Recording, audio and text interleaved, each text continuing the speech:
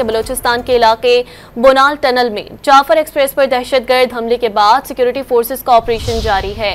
Security forces के operation में बाजियाब होने वालों की तादाद 190 तक जा पहुंची है, जबकि 30 दहशतगर्द मारे जा चुके हैं। सिक्योरिटी जराये के मुताबिक औरतों और बच्चों की खुदकश बमबारों के साथ मौजूदगी की वजह से ऑपरेशन में इंतहाई एहतियात बरती जा रही है। बाकी मानदार दहशतगर्दों के खात्मे के लिए सिक्योरिटी फोर्सेस का ऑपरेशन जारी है कि बलूचिस्तान के इलाके बोनाल टनल में जाफर एक्सप्रेस पर दहशतगर्द हमले के बाद सिक्योरिटी फोर्सेस का ऑपरेशन जारी है। सिक्योरिटी फोर्सेस के ऑपरेशन में बाजियाब होने वालों की तादाद 190 तक जा पहुंची है, जबकि 30 दहशतगर्द मारे जा चुके हैं।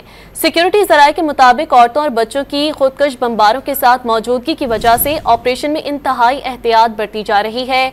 बाकी मानदार दहशतगर्दों के खात्मे के लिए सिक्योरिटी फोर्सेस का ऑपरेशन जारी है।